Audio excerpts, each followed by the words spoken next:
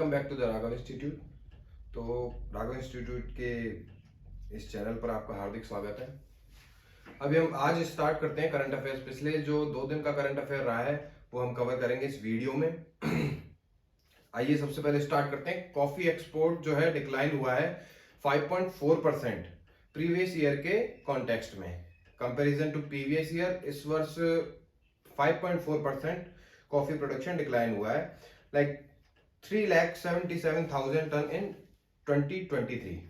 ठीक है। अच्छा, कॉफी के बारे में हम जानते हैं कि हिस्ट्री क्या रही है कॉफी की, कॉफी कहाँ से हमारे इंडिया में आया है। तो हम स्टार्ट करते हैं। Introduced in India in late 17th century, मतलब अप्रोक्स 1670 के समथिंग हमारे इंडिया में कॉफी जो है इंट्रोड्यूस हुई थी। अच्छा, इंट्रोड्यूस किसने करी थी? यमन से इंट्रोड्यूस हुई थी। यमन से स्मगलिंग हुई कॉफी की इंडिया में, अप्रोक्स 12 बीन्स के समथिंग इंडिया में यमन से कॉफी बीन्स का स्मगलिंग हुआ था। फिर इस स्मगलिंग के बाद, ये जो लिखा हुआ है smuggling from Yemen to India, smuggling के बाद इसको बढ़ाने में जो सबसे बड़ा श्रेय जाता है वो जाता है डचेस को, क्योंकि एक एनवायरमेंटल चेंज था। ठीक है। डचेस और मतलब यूरोपियंस और इंडियंस सबकॉन्टिनेंट में, यूरोपियन सबकॉन्टिनेंट इंडियन सबकॉन्टिनेंट में जो एनवायरमेंटल डिफरेंस था उसकी वजह से यहाँ कॉफी इंट्रोड्यूस की गई, क्योंकि बेसिकली वो ट्रेडर्स थे। अब ट्रेडर्स को क्या चाहिए? यहाँ से इनकम चाहिए ताकि वो अब्रॉड में अपना बिजनेस सेटल कर पाए। ठीक है, कैपिटल गेन करते थे। अच्छा, और इसके बाद जो सबसे बड़ा रोल रहा, Britishers in 19th century introduce commercial coffee farming. Commercialisation किया गया कॉफी फार्मिंग का, और स्पेशली जिस लोकेशन पे, जिस एरिया में किया गया वो था मैसूर, क्योंकि क्लाइमेटिक कंडीशन कॉफी फार्मिंग के लिए सबसे ज्यादा मैटर करती है। तो अब क्लाइमेटिक कंडीशन कॉफी के लिए क्या होनी चाहिए? देखिए, humid, hot and humid climate, मतलब आर्द्र उपार्द्र टाइप का और गर्म जो है क्लाइमेट होना चाहिए। टेम्परेचर होना चाहिए 15 degree Celsius to 28 degree Celsius. ये कॉफी की फार्मिंग के लिए सूटेबल कंडीशंस हैं। कि हॉट एंड ह्यूमिड क्लाइमेट हो गया और टेम्परेचर हो गया है 15 to 28 degree Celsius. Okay. Rainfall होना चाहिए 150 से 200 सेंटीमीटर। 150 से 200 सेंटीमीटर के लिए तक का रेनफॉल होना चाहिए कॉफी प्रोडक्शन के लिए। अच्छा, अब हमने देख लिया कि इंट्रोड्यूस कहां से हुई। ठीक है, क्लाइमेटिक कंडीशन क्या है। अब हम जानते हैं कि सॉइल्स के रिगार्डिंग क्या रेफरेंस है। देखिए, well drained loamy soil, loamy soil, loamy soil is more convenient for the farming of coffee. ठीक है। Presence of humus and minerals. अब मिनरल्स में कौन कौन से मिनरल्स सॉइल में होना जरूरी है कॉफी फार्मिंग को एनहेंस करने के लिए? वो है आयरन एंड कैल्शियम। जहां जिस सॉइल में आयरन एंड कैल्शियम होगा वहां कॉफी अच्छी ग्रो करेगी। ठीक है। अच्छा, ये हुआ कॉफी के लिए सॉइल कंडीशंस, उसकी हिस्ट्री और उसके लिए क्लाइमेटिक क्या होना चाहिए। अब हम जानते हैं स्टेटस क्या है कॉफी का इन इंडिया, मतलब इंडिया में करंट में क्या स्टेटस है। देखिए, India export 65% and 70% produce is exported, मतलब 60 to 70% जो कॉफी का हम लोग कल्टीवेशन करते हैं, ठीक है, उसमें से 60 to 70% हम एक्सपोर्ट कर देते हैं, और रिमेनिंग क्या होता है हमारे ओन कंजप्शन के लिए, लाइक डोमेस्टिक यूज के लिए हम बाकी का कॉफी कंज्यूम करते हैं। लिखा हुआ रिमेनिंग इज कंज्यूम डोमेस्टिकली, मतलब हम लोग, अब आप लोग देख सकते हैं 30% हम कंज्यूम करते हैं और 60 to 70% हम लोग एक्सपोर्ट करते हैं। इसका मतलब कॉफी का एक्सपोर्ट ज्यादा है हम लोग इनिशियली, कि जो हम डोमेस्टिकली लाइक अपने अपने घर में जो कॉफी यूज करते हैं अपने इस टेरिटरी में, वो है 30%। ठीक है, 35 to 30% हम डोमेस्टिकली कंज्यूम करते हैं। अच्छा, कॉफी के लिए जो कंडीशंस हैं प्लांटेशन के लिए, कल्टीवेशन के लिए, वो इंडिया में कहाँ कहाँ ज्यादा है। देखिए, कर्नाटका। अच्छा, बाय द वे मैं बता देता हूँ, कर्नाटका आया है फर्स्ट प्रेफरेंस पे आया है, तो कर्नाटका में सबसे ज्यादा प्रोड्यूस होता है, अप्रोक्स 70%, अप्रोक्स इंडिया का 70% कर्नाटक में प्रोड्यूस होती है कॉफी। ठीक है। फिर उसके बाद Kerala, Tamil Nadu, Andhra Pradesh, Orissa, Manipur, Mizoram, like north east और जो साउदर्न इंडिया है उसके कुछ पार्ट्स में कॉफी का प्लांटेशन होता है। अब इसका आप यहां से आइडिया लगा सकते हैं कि जो टेम्परेचर हमने देखा था 15 degree Celsius to 28 degree Celsius, वो इन रीजन्स में पाया जाता है।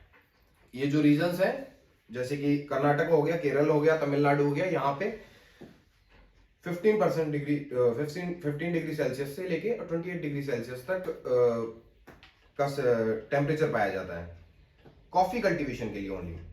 ठीक है, Karnataka account 70% of India total coffee production.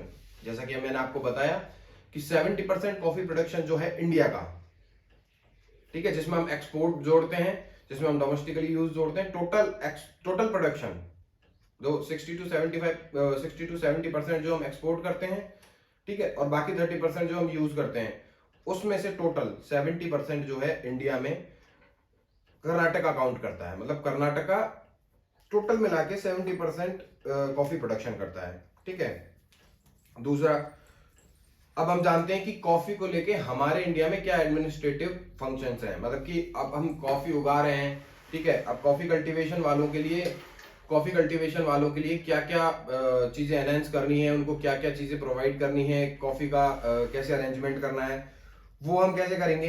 ठीक है, हमारे लिए इसके लिए हमने कॉफी बोर्ड ऑफ इंडिया बनाया है। देखिए हम किस कॉन्टेक्स्ट में पढ़ रहे हैं, पहले हम हिस्ट्री जानेंगे, ठीक है, उसके बाद हम जो जानेंगे वो है कि हमारे इंडिया में क्या क्या रूल्स हैं और वर्ल्ड में क्या क्या प्रोसेस है। ठीक है, तो अब हम इंडिया के बारे में जानते हैं, कॉफी बोर्ड ऑफ इंडिया। अच्छा, कॉफी बोर्ड ऑफ इंडिया कब कंस्टिट्यूट किया गया? 1942 में। ठीक है, 1942 में कंस्टिट्यूट किया गया।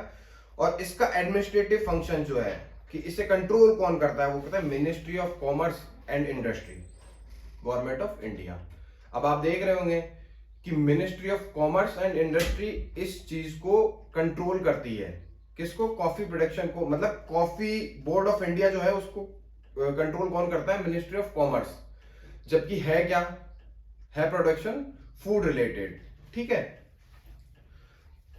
दूसरी चीज, focus in the area of development. अब इस बोर्ड का काम क्या है? ये बोर्ड क्या काम करता है इंडिया में? क्योंकि अब प्रोडक्शन गिरा है, उसको बढ़ाने के लिए कौन जिम्मेदारी लेगा? तो वो लेगा कॉफी बोर्ड ऑफ इंडिया। तो focus in the area of development मतलब कॉफी के विकास के लिए कार्य करना। ठीक है, उसका एक्सटेंशन, उसको बढ़ाना, उसकी क्लाइमेटिक कंडीशन के रिगार्डिंग कोई और रीजंस ढूंढना कि हम कहाँ कहाँ कॉफी का कल्टीवेशन करके उसके प्रोडक्ट को बढ़ा सकते हैं। कि कॉफी का प्रोडक्शन बढ़ाना है तो उसकी क्लाइमेटिक कंडीशन देख के, वहां का सॉइल रिगार्डिंग चीजें देख के हम कहाँ कहाँ कॉफी का प्लांटेशन कर सकते हैं। ठीक है, external internal promotion of coffee. मतलब हम जब जब कॉफी के समिट्स होते हैं, देखिए अभी हम बात कर रहे हैं इंडिया के रेफरेंस में, फिर अभी हम बात करेंगे वर्ल्ड के रेफरेंस में। तो जब समिट होता है ना, तो हम बताते हैं कि हमारी तरफ से कॉफी प्रोडक्शन कैसे होता है, हम कॉफी के लिए, कॉफी कल्चर को बढ़ाने के लिए और क्या क्या कर सकते हैं। दूसरा, उसके क्लाइमेटिक कंडीशन के लिए अल्टरनेट ऑप्शन क्या क्या ढूंढ सकते हैं। ठीक है, तो ये हो गया प्रमोशन फॉर कॉफी। अब ये आया है वर्ल्ड कॉफी कॉन्फ्रेंस। जैसा कि हमने अभी बात की कि इंडिया के रेफरेंस में हमने देखा, अब हम देख रहे हैं वर्ल्ड के रेफरेंस में कि वर्ल्ड के रेफरेंस में क्या क्या इनिशिएटिव है, कौन कौन से बोर्ड हैं। ठीक है, तो वर्ल्ड कॉफी कॉन्फ्रेंस जो है, first time India is hosting the conference. मतलब ये जो पहली बार होगा कि इंडिया कॉफी प्रोडक्शन के लिए इस वर्ल्ड कॉफी कॉन्फ्रेंस को होस्ट करेगी। होस्ट करने का मतलब ये होता है कि हम हमारी तरफ से क्या क्या इनिशिएटिव ले सकते हैं, हमारी तरफ से क्या क्या और चीजें ऐसी हो सकती हैं जो कॉफी प्रोडक्शन को एनहांस करें, उसकी प्रोडक्टिविटी बढ़ाएं। ठीक है, उसको मार्केट में किस तरह लेना है, क्योंकि दो तरह की कॉफी होती है, रोबस्टा होती है, एक अरबेरिटा होती है। जैसे कि हम लोग जाते हैं कि भैया cappuccino, cappuccino is the format of coffee making. ठीक है, अब कॉफी मेकिंग में मैं बता रहा हूं कॉफी दो तरह की हुई। हमारे यहाँ जो घटा है वो घटा है रोबस्टा कॉफी का क्या बोलते हैं, प्रोडक्शन घटा है। ठीक है, दूसरा, अब हम देखते हैं अर्लियर एडिशन। मतलब ये जो इंडिया है first time world coffee conference को होस्ट कर रहा है। इससे पहले किस किस ने होस्ट किया है? तो देखिए 2001 में लंदन, ठीक है, फिर 2005 में ब्राजील, 2010 में ग्वाटेमाला और इथोपिया 2016 में। अब ये जो कॉन्फ्रेंसेस होती हैं इनका रेफरेंस मतलब इनका इंपॉर्टेंस क्या होता है? इनका इंपॉर्टेंस होता है कि ये जो लोग हैं, जो जो इसमें लिखा हुआ है कि लंदन हो गया, ब्राजील हो गया, ग्वाटेमाला हो गया, इथोपिया हो गया, इन्होंने क्या क्या न्यू इनिशिएटिव लिए हैं कॉफी को बढ़ाने के लिए, कॉफी प्रोडक्शन को एनहांस करने के लिए। अब इंडिया होस्ट कर रहा है, तो इंडिया जब मेजबानी कर रहा है इस चीज की, तो अपनी तरफ से जो इनिशिएटिव्स हैं वो बताएगा। ठीक है, अब हम जानते हैं इंटरनेशनल कॉफी ऑर्गेनाइजेशन, क्योंकि अभी हमने देखा कि पहले हमने इंडिया कॉन्टेक्स्ट में बात की, अभी हम कर रहे हैं वर्ल्ड के कॉन्टेक्स्ट में बात। तो वर्ल्ड के कॉन्टेक्स्ट में क्या होता है कि इंटरनेशनल कॉफी ऑर्गेनाइजेशन जो है वो सेटअप है। वो कब सेटअप हुआ? 1963 में हुआ। और ये किसके अंडर में हुआ? ये किसका इनिशिएटिव था? मतलब कि हम किसका रेफरेंस दे सकते हैं इस इनिशिएटिव में? तो वो था यूएन का, यूनाइटेड नेशन का, to boost economic importance of coffee world wide. Current scenario और हिस्ट्री भी अगर हम देखें ना, तो हमेशा जब कोई चीज इनिशिएटिव लिया गया है तो वो इकोनॉमिक बेनिफिशियल के लिया गया है, क्योंकि अर्थव्यवस्था अच्छी होगी तो एडमिनिस्ट्रेशन अच्छा होगा, कंट्री ग्रो करेगी, और एक जो देश है वो अपने फ्लोरिश करेगा। ठीक है, उसके बाद हम देखते हैं India is a member of this organisation. Mostly exam से पूछा जाता है कि India is founding member of this organisation, is India is part of this organisation. तो हाँ, इंटरनेशनल कॉफी ऑर्गेनाइजेशन का, आईसीओ का पार्ट है इंडिया। ठीक है, ICO is an inter governmental body जिसमें बहुत सारी गवर्नेंस इंक्लूडेड हैं। ठीक है, and it represents world coffee production 93% और वर्ल्ड कंजप्शन 63%। अब हम जानते हैं कि ये जो 93 और 63 का डेटा है ये किस रेफरेंस में है? ये कंटेक्स्ट, जिस कंटेक्स्ट में है वो है इंटर गवर्नमेंटल ऑर्गेनाइजेशन है। तो इसमें जितनी भी कंट्रीज इंक्लूडेड हैं आईसीओ में, वो इस कॉफी प्रोडक्शन का, वर्ल्ड कॉफी प्रोडक्शन का 93% इंक्लूड करते हैं। वो लोग अपना 90, टोटल जितनी कंट्रीज हैं वो 93% है 100 में से वर्ल्ड कॉफी प्रोडक्शन का। ठीक है, बाकी 7% अदर कंट्रीज होंगी जो इसका पार्ट नहीं है। इनका कंजम्पशन भी 63% है। इट मींस कि ये जो इंटर गवर्नमेंटल ऑर्गेनाइजेशन है इसमें जितने कंट्रीज पार्ट हैं, मेंबर हैं, वो 93% प्रोड्यूस करते हैं और कंजम्पशन करते हैं 63%। ठीक है, ये हुआ हमारे आज के कॉफी प्रोडक्शन का डेटा, मतलब कॉफी प्रोडक्शन की जो न्यूज थी। अच्छा, इसके साथ एक और न्यूज थी, वो थी रबर की। ठीक है, कि इंडिया में रबर पे जो जीएसटी लगती है उसको लेके एक न्यूज थी द हिंदू में। वो ये थी कि जो थर्मोप्लास्टिक है, थर्मोप्लास्टिक से बनने वाला रबर है ना, थर्मोप्लास्टिक से बनने वाला रबर, उस पर जीएसटी लगती है 18%। ठीक है, और जो रबर नॉर्मली बनता है ना, उस पर जीएसटी लगती है 28%। तो ठीक है, तो इसके बारे में जब बात की गई है तो वो ये की गई है कि इसको क्यों ना 18% ही किया जाए, मतलब इसको एक ही क्यों नहीं रखा जा रहा है जीएसटी को, क्योंकि बनने वाले जो चीजें हैं, जिन जिन चीजों से रबर बन रहा है वो अलग अलग है, बट टोटली प्रोडक्शन तो रबर का हो रहा है। तो 28% नॉर्मल पे क्यों लग रहा है और 18% जब थर्मोप्लास्टिक मेड रबर पे लग रहा है तो यही सेम इस पे क्यों नहीं लग रहा है? तो इस जीएसटी को स्टेबलाइज करने के लिए कि एक ही जीएसटी होनी चाहिए 18% की, उसके लिए रबर बोर्ड ने इनिशिएटिव लिया है, उसने अपनी बात रखी है। ठीक है, एक ये न्यूज द हिंदू में थी। अच्छा, एक आज की सबसे बड़ी न्यूज जो रही है वो रही है world tallest statue of Ambedkar in Vijayawada to be thrown open to public from January 20। देखिए, हमारे यहाँ स्टैचू ऑफ यूनिटी बनाया गया, अभी जो बनाया गया है आंध्र प्रदेश की गवर्नमेंट ने इस चीज को कहा है कि उन्होंने, वो लोग मतलब जगमोहन रेड्डी हैं वहां के सीएम, उन्होंने 19 जनवरी को इसका इनॉग्रेशन किया है। किसका? भीमराव अंबेडकर जी की प्रतिमा का, स्टैचू का। ठीक है, दिस इज रिटन कि CM Jagmohan Reddy Andhra Pradesh unveiled statue of social justice on January 19। अब स्टैचू ऑफ सोशल जस्टिस क्यों कहा गया है? क्योंकि Bhimrao Ambedkar was the founding father of Indian constitution. ठीक है, उन्होंने जितने भी इनिशिएटिव लिए फॉर बैकवर्ड कास्ट, ताकि उन लोगों को मेन स्ट्रीम में आने का मौका मिले।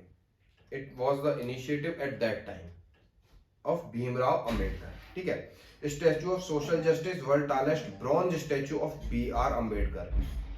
बी आर अंबेडकर जी के वैसे बहुत सारे स्टैचू होंगे, लेकिन वर्ल्ड का जो टालेस्ट स्टैचू है, ब्रॉन्ज स्टैचू, वो भीमराव अंबेडकर का अभी अनवेल किया गया है आंध्र प्रदेश के विजयवाड़ा में। ठीक है, दूसरी चीज, it is fourth tallest and second standing statue, मतलब फोर्थ नंबर पे तो सबसे लंबा, और उसमें भी सेकंड नंबर पे tallest standing statue, second number पे इंडिया में। ठीक है, क्योंकि पहला किसका है, सरदार वल्लभ भाई पटेल का, जो भी बना था। उसके बाद अगर कोई टालेस्ट स्टैचू है तो वो है भीमराव अंबेडकर जी का सेकंड टॉलेस्ट। क्योंकि स्टैचू बहुत सारे होते हैं, सिटिंग पोस्चर में भी स्टैचू होता है, ठीक है, स्टैंडिंग पोस्चर में भी स्टैचू होता है, but it is tallest standing statue. ठीक है, अब हम जानते हैं इसकी कॉस्ट क्या आई है। The complete cost of this project is 404.35 crore, 404.35 crore इसकी कॉस्ट आई है इस स्टैचू को बनाने की। ठीक है, statue of social justice is made of steel and bronze cladding and it is completely made in India. Completely made in India मतलब just social justice जो स्टैचू है, इसका नाम रखा गया है स्टैचू ऑफ सोशल जस्टिस। ठीक है, वो स्टील का बना हुआ है और ब्रॉन्ज का बना हुआ है, ब्रॉन्ज क्लैडिंग। ठीक है, और it is completely made in India है। ठीक है, फॉरेन इन्वेस्टमेंट या फिर कंट्रीब्यूशन इसमें कोई नहीं है। ठीक है, अब यहां पे आपको फंसा सकता है, अगर कोई कमीशन एग्जाम पूछता है, वो कहता है कि statue of justice is making of statute of social justice is contributed bye foreign investment. Like आपको कोई रेशो दे देगा कि इस रेशो में वो कंपनी और इस कंपनी के मिक्सअप पे ये बना है, नहीं, it is completely made in India. ठीक है, क्योंकि अभी जो चल रहा है वो बड़ा आत्मनिर्भर भारत, तो आत्मनिर्भर भारत के थ्रू ही कह सकते हो आप, ये इनिशिएटिव भी किया गया है। ठीक है, 81 फुट पेडिस्टल है, इट डिजाइन काल चक्र महामंडल ऑफ बुद्धिस्ट आर्किटेक्चर। अब इसमें बना कैसे है, देखिए इस फेज को ऐसे करिए कि जो एक बेस बना है ना, ये देखिए एक जो बेस बना है, ये जो है ये बेस, ये 81 फीट का इसे पेडेस्टल बोले हैं। ठीक है, ये जो मूर्ति बनी है, जो स्टैचू बना है, ऑन स्टैंडिंग जो स्टैचू बना है वो है 125 फीट। ठीक है, तो इस टोटल की पेडेस्टल को मिलाकर स्टैचू की लेंथ मिला के टोटल जो हाइट है इसकी वो है 206 फीट। ठीक है, यहां जो लिखा हुआ है दुनिया की सबसे ऊंची अंबेडकर जी की मूर्ति स्टैचू ऑफ सोशल जस्टिस की ऊंचाई 206 फीट है। 206 फीट में 81 फीट जो है वो है पेडेस्टल, और जो 125 फीट है वो है स्टैचू की हाइट। ठीक है, टोटल मिला के 206 फीट। ठीक है, अब हम जान लेते हैं इसमें इस करंट अफेयर में जो हमारे कंटेक्स्ट की चीज है, जो हमारे एग्जाम के रिलेवेंट चीज है, वो है about B R Ambedkar. B R Ambedkar was the father of Indian constitution. अब इसके साथ साथ क्या क्या रहे हैं, उन्होंने क्या क्या इनिशिएटिव लिए हैं, क्या क्या किया है देश के, उनका कंट्रीब्यूशन कितना है, वो हम देखते हैं।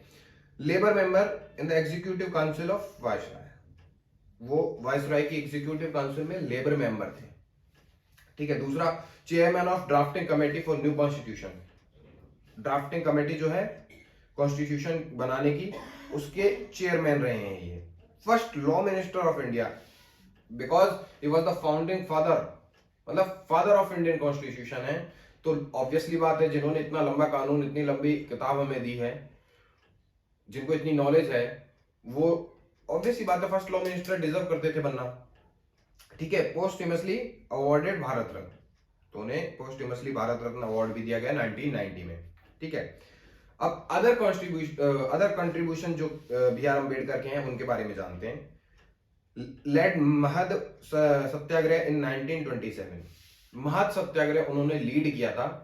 वो किसके अपोज में था, मतलब किस से रिलेवेंट था, वो था हिंदूज से रिलेवेंट, अगेंस्ट हिंदूज, कि हिंदूज में जो कल्चर थे, जो जाति प्रथा थी, जो डिफरेंसेस थे, जो डिप्राइव्ड क्लासेस को अलग ट्रीट करना था, उस सब के रेफरेंस में, उस सब को कंक्लूड करके उन्होंने एक सत्याग्रह लॉन्च किया, मगध सत्याग्रह, इन 1927। ठीक है।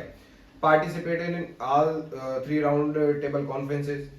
आपको पता है 1930, 31, 32 में 3 राउंड कॉन्फ्रेंसेस हुई थी।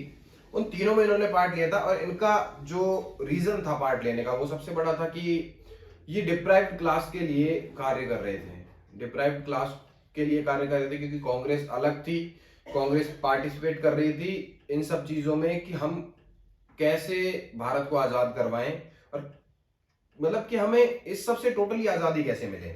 ठीक है। दूसरा, गांधी जी लगे हुए थे इस चीज में। तो विचारधाराएं जब अलग होती है ना, तो लोग अलग अलग तरह के इवेंट्स और चीजें करते हैं कि हम ये इनिशिएटिव करना चाहिए, हमें ये इनिशिएटिव करना चाहिए।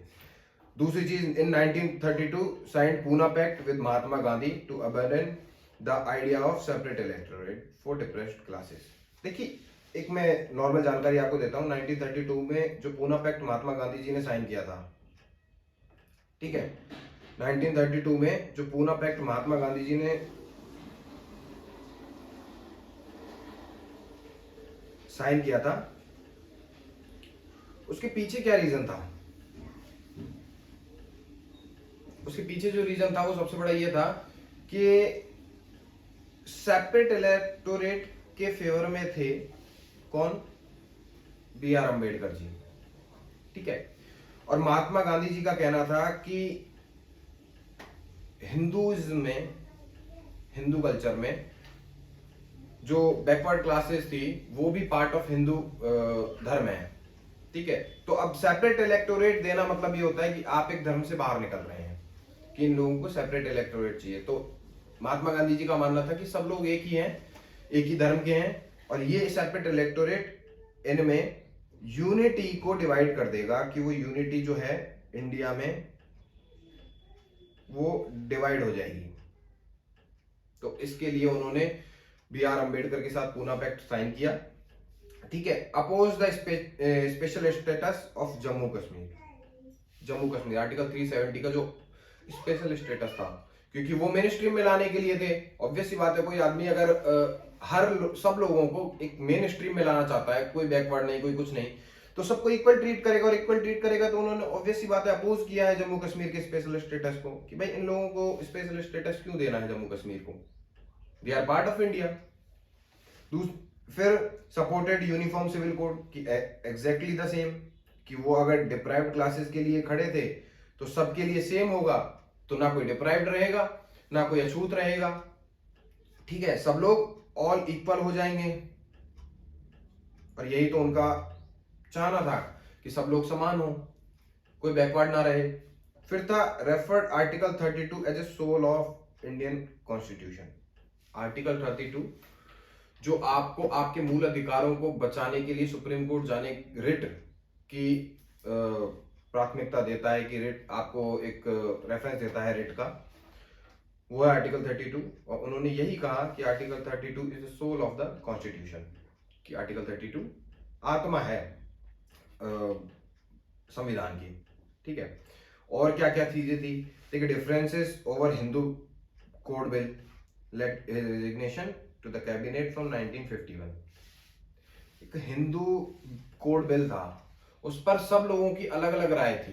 अब अंबेडकर जी की राय क्या होगी आप भी जान सकते हैं, कि क्लासेस का जो एक हायरार्कियल अप्रोच थी, जो डिवीजन था क्लासेस का, वो उसके फेवर में नहीं थे।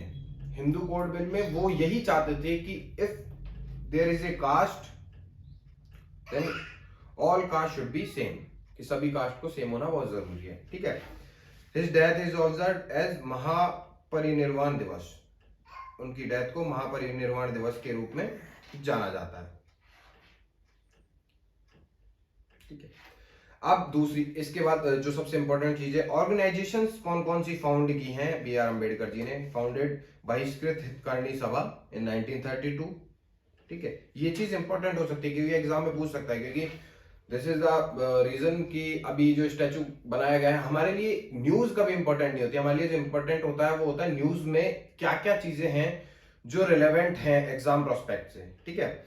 Founded independent labour party, as you know he was the first labour member of viceroy council, तो उन्होंने अपनी पार्टी का नाम भी यही रखा। Founded scheduled caste federation in 1942। देखिए लोग ना महात्मा मतलब कहा जाए तो कि बी आर अम्बेडकर जी ने सबसे इंपॉर्टेंट इनिशिएटिव लिया, वही लिया कि सभी समान होने चाहिए। जो आज गवर्नमेंट ला रही है यूनिफॉर्म सिविल कोड, सबके लिए एक समान, बट आप सबको एक प्लेटफॉर्म पे लेके आ रहे हो तो उसका मतलब ये है कि सब इक्वल है। अब वो इक्वल हर चीज में होने चाहिए, वो इकोनॉमिकल भी होने चाहिए, वो पॉलिटिकल अप्रोच में भी होने चाहिए कि उनको पॉलिटिकल राइट्स मिले, हर चीज में इक्वली ट्रीट किया जाना चाहिए। अच्छा, इसके बाद जो बुक्स हैं बी आर अम्बेडकर की, उनके बारे में जान लेते हैं। एनिहिलेशन ऑफ कास्ट, ठीक है।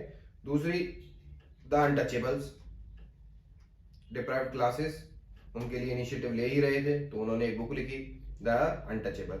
The rise and fall of Hindu woman, प्रथाएं जितनी भी थी उनके अगेंस्ट में थे बी आर अम्बेडकर जी, तो उन्होंने ये इनिशिएटिव भी लिया कि वुमेन की जो कंडीशंस है वो अगर गिर रही है तो उसके बारे में भी उन्होंने इन्फॉर्म किया। टोटली अगर हम इस न्यूज को कंक्लूड करें तो उसमें से हमारे लिए कंटेक्स्ट की चीजें क्या क्या हैं, वो ये हैं कि approaches of B R Ambedkar. अगर आपसे मेंस में क्वेश्चन पूछ लिया जाए कि बी आर अम्बेडकर के बारे में समालोचनात्मक टिप्पणी कीजिए, या फिर इस कंटेक्स्ट में पूछ लिया जाए उनका कंट्रीब्यूशन बताइए, तो आपको ये पॉइंट्स याद होना बहुत जरूरी है ताकि आप एक बेटर आंसर लिख पाए, और बेटर आंसर लिखने की वजह से आपकी रैंक्स में डिफरेंशिएट होता है, ठीक है। एक और न्यूज रिलेवेंट रही है वो हम करेंगे, एक शॉर्ट चैप्टर में कर देंगे, शॉर्ट फॉर्म में डिस्कस कर देंगे, वो है पेगासस। रिसेंटली पेगासस न्यूज में रहा है, वो हम नेक्स्ट वीडियो में कवर करते हैं उसको, ठीक है। Thank you for watching and 26 जनवरी की आपको हार्दिक शुभकामनाएं।